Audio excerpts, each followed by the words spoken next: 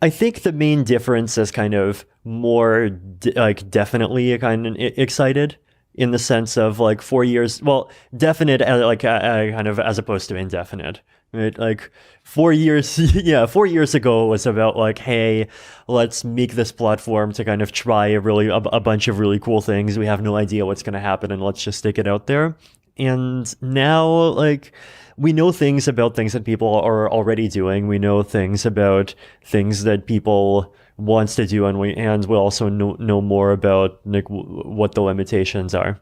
And so instead of just being this kind of extremely fuzzy dream of like, let's stick smart contracts and algorithms and kind of trustlessify everything, right? It's something that's kind of both more moderate, but also kind of more like seeming much more like it actually has a big chance of kind of transforming the world, kind of precisely because it's kind of moderated to some extent. So are you more, if I gave you a false three choices, and by the way, smart people always hate these things, so feel free to break the model. If I gave you a choice between saying, are you mostly excited about the technology and the amount of innovation? Are you mostly excited about the business opportunities for yourself? Or are you mostly excited about the way in which this could transform human life? Would that be an easy call?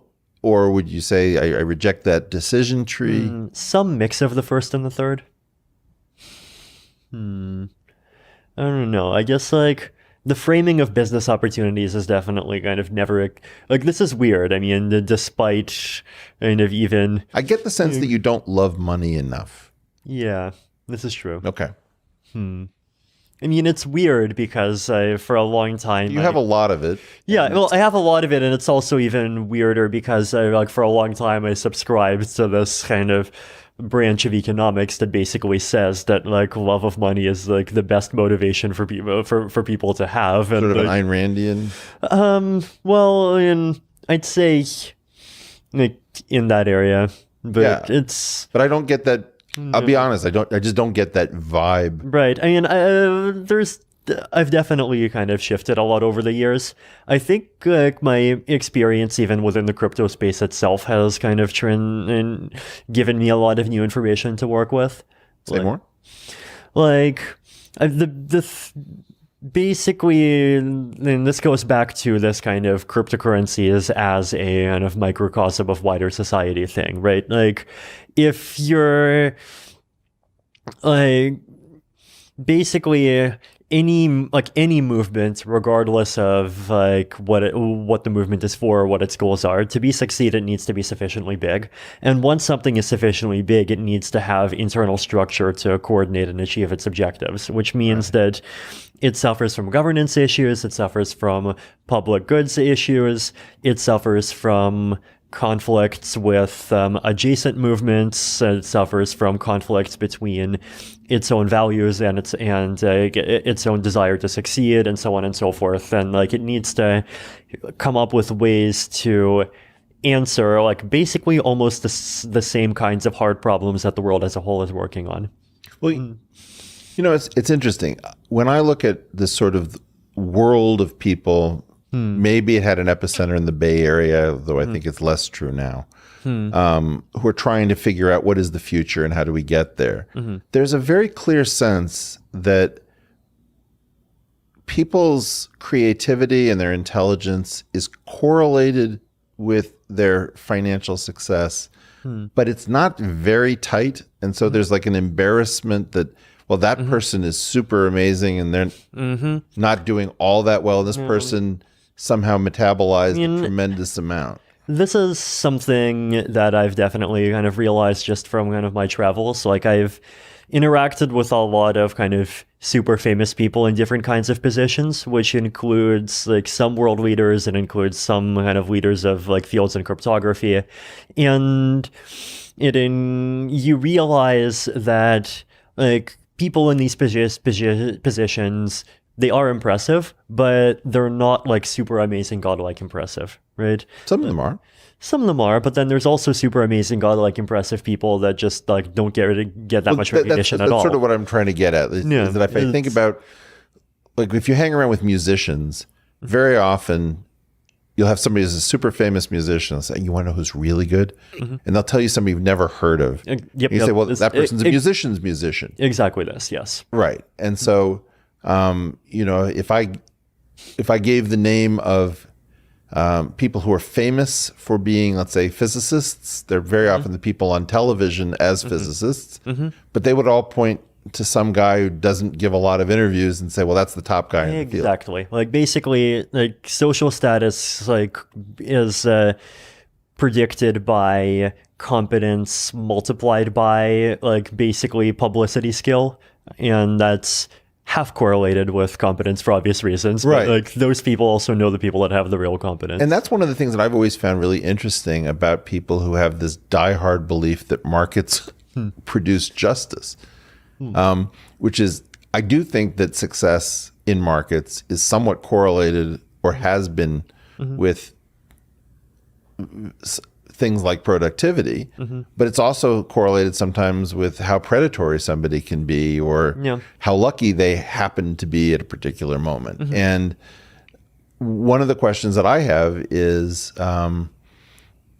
if you're really interested in innovation, which is what I sort of pick up is one of the main things, how does something like Ethereum give us a possibility to revitalize innovation after what many of us consider a period of relative stagnancy outside of the areas of computation and communication, which everybody knows have exploded? Do you think about how Ethereum can mediate a new renaissance, a new generative age?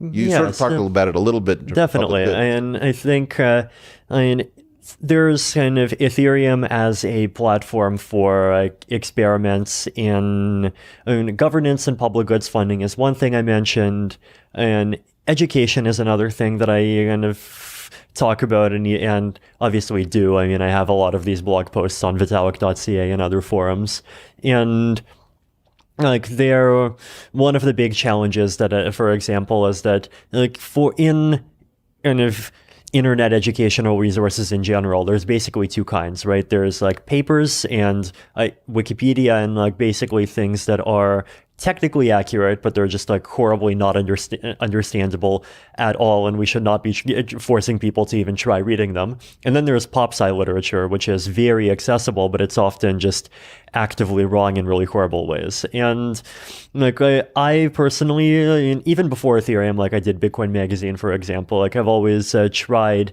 to find this kind of middle gap, this way to explain, take concepts that are technical and expand them to a broader audience so that they are more accessible.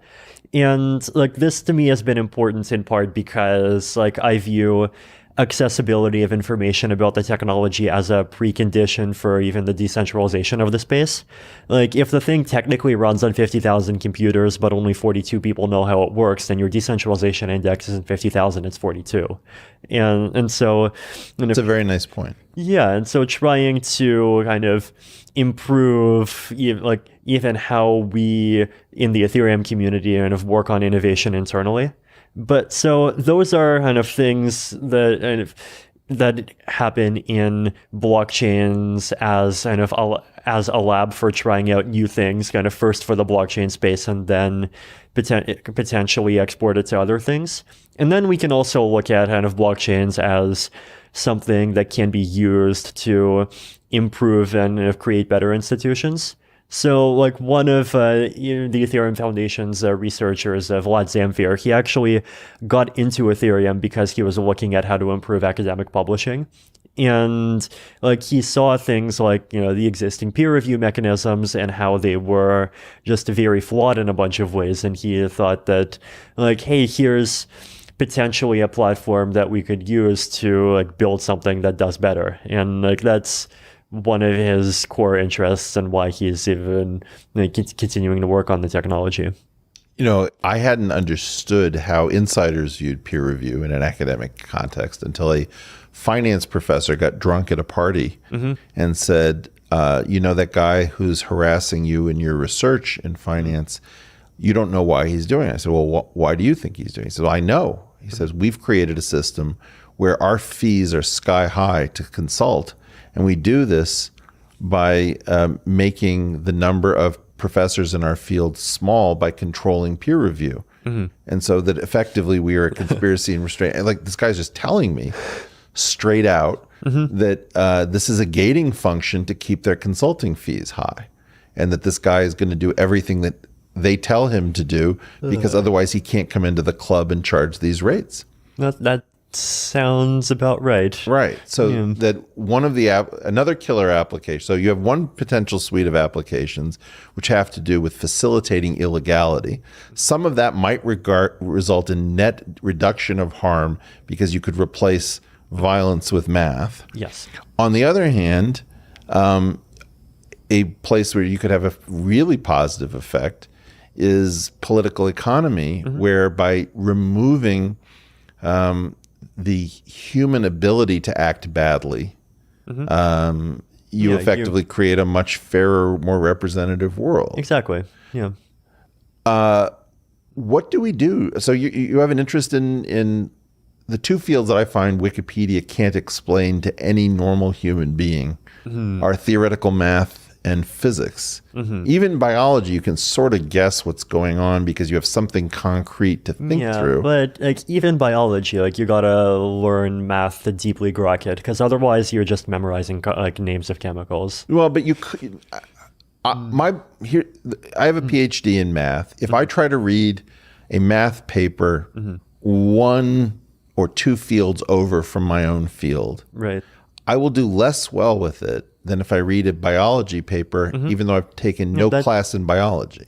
That sounds right. Yeah. Yeah. Like there's a difference between the level of math that you have to know to just because it's like important for you as a philosopher. And like that's about the level of math that I think you need even to be good at biology, to be good at economics, to be good at a lot of things, right? It's understanding like principles, even things like, for example, if you have a trade-off between X and Y, and right now you're optimizing entirely for X and it's a smooth curve, then if you want a little bit of Y, then you can get your first bit of Y at almost like zero cost of X, right? And that's just it's a property of continuous functions that like from the maximum, the derivative starts at 0.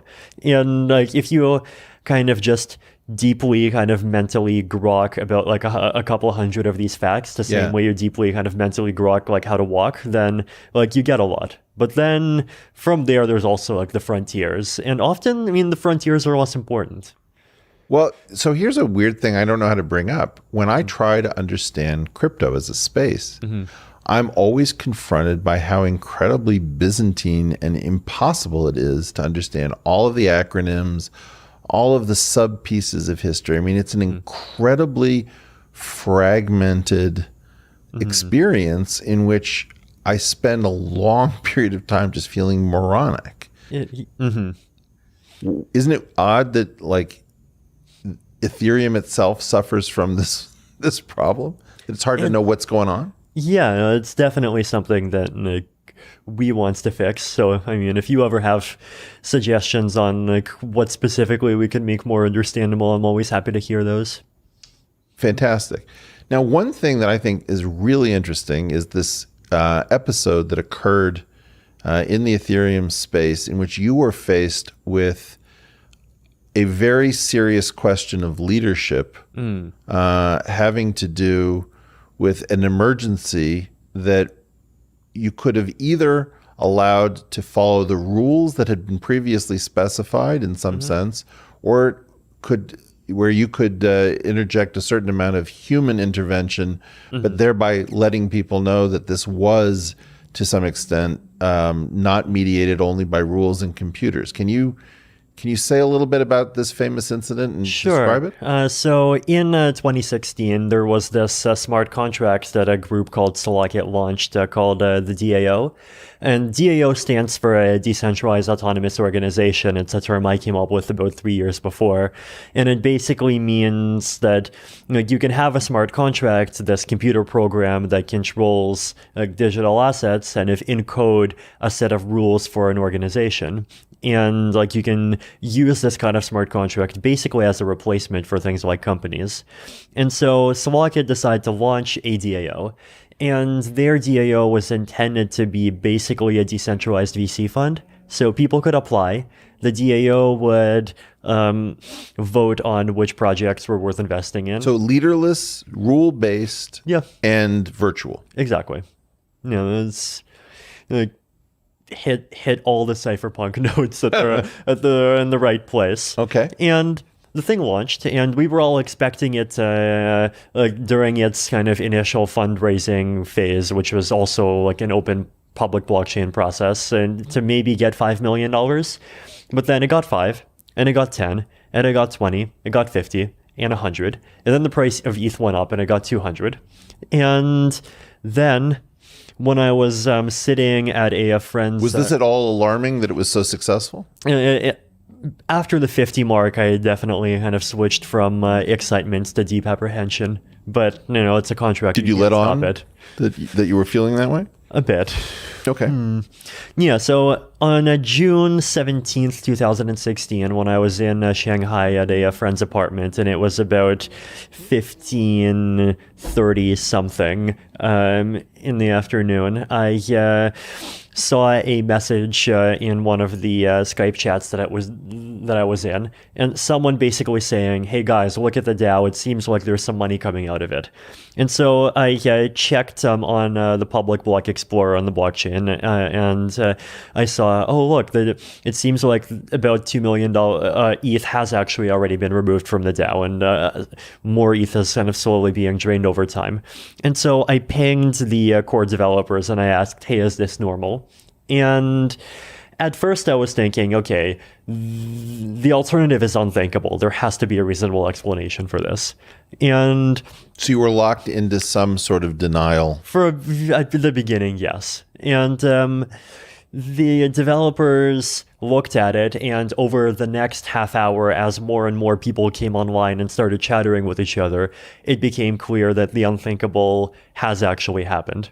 And I actually burned about 20 of my own ETH, like basically just DOSing the Ethereum blockchain itself and just spamming it with transactions to try to kind of slow the attacker down. DOSing is denial of service? Yeah, okay. Yeah, just spam the blockchain with transactions. Not all of my listeners will know the terms. Mm-hmm. Okay. So that the attacker's transactions could not get in as quickly, because the attacker could only withdraw something like a couple hundred ETH with every transaction, so it was a slow process. Like in the hopes that the developers would find some way to plug the hole. Was that an intentional inefficiency, or was just that it was not intentional? So in some weird way, the inefficiency was a good thing. Yes, it gets even weirder. There's an even bigger inefficiency that would prove to be an even better thing. But then the developers, however, did not find a way to plug the hole. But the attacker voluntarily stopped after stealing about 4 million ETH from the DAO. But in any case, this is the second inefficiency, right? Wait, voluntarily stopped? Yeah. There was a request made? No. As in, the attacker just stopped. Oh, okay. And so here's the second and bigger inefficiency. The money that was the attacker took out, the 4 million ETH, it did not go into the attacker's wallet immediately. Instead, it went into a child smart contract, and only after 35 days could the attacker actually take that money out. And this was a child smart contract. You mean a separate smart contract that was created through a function call of the main DAO smart contract. Okay. So this was also not intended, right? It was just like a random quirk of this of fate that there was this big bug that was the biggest smart contract theft in history up until that point, and it put the money into this convenient box where it would just stay conveniently locked for 35 days, where everyone could stare and look at it. Limbo. Yeah, and soon after this, there were calls happening between core developers, and the proposal to remedy the situation with a blockchain fork came into play. Right. So basically, what happened here is was a blockchain fork an emotional issue for this community? Yeah. So why is that? So. Well, I guess first of all, what is it? Exactly. So explain what would happen. So in general, a blockchain fork is a normal process, right? You have an upgrade, and the developers of the Ethereum clients implement code that basically says, after block number 4370000, stop processing blocks according to the old rules, start processing blocks according to the new rules, which have extra features attached. And where blocks are just set packages of of text. transactions. Yeah. Yeah. Okay. So before this kind of these code patches are formally proposed, there is this mini month-long period of deliberation where changes are proposed, people discuss them, people talk about them, and generally it's agreed that these changes are good. And so people just go and download the code, and because everyone's downloaded the code, the blockchain after block 4370000 follows these different and better This is a rules. very warm and very human process. It isn't the cold logic of a machine. Exactly. Okay. And so the DAO fork, it was also a fork. It was also a code change implemented by the developers of the clients that was pushed out through a new version of the different clients that people could download, and users went ahead and voluntarily downloaded it, and it would basically change the rules of the blockchain. Except instead of changing them permanently, it would only do a single one-time change. And the single one-time change basically said, during block 1920000, before processing any transactions, take the ether that's stuck in this child contract and move it into another contract that could then basically refund it all to the victims. And so this was a very kind of manual intervention, right? It basically says, like, we all agree to run code that just irregularly takes this money and just reassigns it to this other thing. So it's very weird because, you know, we always think in like a sci-fi movie that something that you think is human would rip off its mask and reveal itself to be a computer. And this is the reverse. Exactly. The computer face is ripped off, revealing humans behind this technological stack. Yes. And I mean, ultimately, like, people talk about kind of blockchain immutability, and like, this is this idea that basically you're not supposed to do this sort of thing. And wait, where does that supposed to come from? Exactly. So, like, there's definitely a sense in which it exists technologically, because, like, actually pulling off one of these forks is incredibly hard. And for example, if it was not the case that the money was conveniently stuck there in one nice little address for 35 days, it would basically not have been possible to do it, right? Because as soon as you announce this protocol change that says we're going to take money out of here, put it in there, the attacker could just move the money from there to a different address. And basically you play this cat and mouse game and the attacker could win. But sometimes there is this possibility where you absolutely can just like do these interventions, and you can just decide to stop running this code and start running this other code. And the only reason why this is not done more frequently is basically because there exist these norms, right? And there exist norms in the blockchain community. Vlad Zamfir, the researcher I mentioned before, kind of calls them Szabo's Law, and like named after Nick Szabo. And Nick Szabo actually dislikes the moniker Szabo's Law, but like, it is a pretty accurate representation of kind of his beliefs, and the beliefs of many in the crypto community, which is basically that, like, even though it technically is code run by humans, we should act as though it is code not run by humans. And because it is digital gold, right? Gold is not run by humans. Gold is gold. And so if we want to make something that is like gold, then even though we're unfortunately stuck with this thing run by humans, we should like try as hard as we can to pretend it's not. And like, this was the ideology of a lot of people in this space. And the DAO fork very much went against this ideology. And so, like, even though, in my opinion, like, having norms that you can't just like go and edit whatever you want is valuable, but like, when such a large fraction of the ecosystem is at stake, it's worth rethinking things. But like, other people were kind of even more rigid in this regard. And so there was this kind of split in the community. And a portion of the community actually did not download the updates, right? A portion of the community did not download these code patches and implement the fork, and they just said, we will continue running our old chain. And the old chain has since then been called Ethereum Classic, and it runs to this day. This is a fascinating civil war in essence. Yes. And what I get out of this is that there's this very weird thing, which is that people get very attached to ideologies, and then they come to understand why the simplistic version of that ideology can't possibly work in a warm human system. I watched this. Have you ever gone to this festival called Ephemerisle, which is sort of Burning Man on the water? It was I've heard of it, and I got invited to it, but I haven't had the chance to go yet. So it's kind of a libertarian water world in the Sacramento Delta. And what was interesting is that one year, in order to come to the festival, you had to have a lecture, and you had to agree that you would receive the lecture because of problems that had happened the previous year. And you realize that these libertarians were being forced to invent governance. And rather than just anarchy, you had to have some organized system. And so one of my questions is that dream of escape from the heavy hand of government effectively not something to be pursued inside of crypto space for the most part, because we've realized that it is going to require governance and that we can't figure out a way to turn this into a completely cold and methodical process?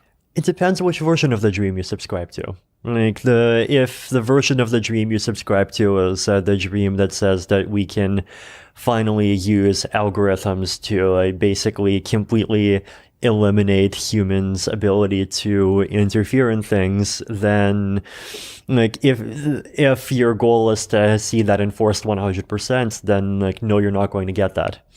If your dream is that you dislike how governments have, like existing governments and monopolies of violence have hegemony over this social function of coordination and enforcing structures of rules, and you want there to exist an alternative, then like that's something that we can talk about, right? So like if the dream is to augment, yes, and I mean, I'd argue that the blockchains have a very kind of necessary role now, especially kind of given modern kind of political trends where like there basically is no single traditional political body that's accepted as trustworthy by the entire world, and it doesn't look like there's going to be one.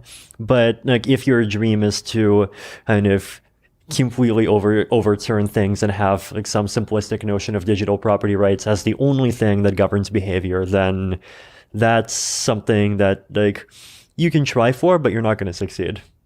Let me try something else with you that I'm curious about. You and I are both plugged into this weird alternate world that thinks very differently. And I had Andrew Yang in that chair, and you saw that episode of the portal before. Some people call this neurodivergence, that this is a non-neurotypical world. And I would say that both you and I exhibit some indicia of not thinking along standard lines. The thing that occurred to me is that you brought up Slate Star Codex, which is this website that is extremely influential in our shared world. And I was thinking about the difference between Slate Star Codex and CNN in terms of sense making. Is there any way in which the Ethereum world can create a counterweight so that the neurodivergent can wrest the stranglehold that seemingly the neurotypical institutional world seems to have on sense making at scale? Like, is there a way of promoting another blog in this world would be like Less Wrong? There are particular thinkers that I think of as being very important, influential. I think you've given to Aubrey de Grey and Eliezer Yudkowsky. There's like this very different world that isn't well known. And in part, I view podcasting as like pirate radio, which is the phrase I keep, or samizdat because you're Russian. Yes. What can we do potentially using your technology to even the playing field between corporate sense making and this kind of homebrewed sense making that seems to me to be of an infinitely superior level. Well, not infinitely, but quite superior. Yeah, so I think, like, once again, there's kind of two aspects to kind of blockchain TM that I think are equally valuable here. One is the technology itself, and then the other is the existing community around the technology.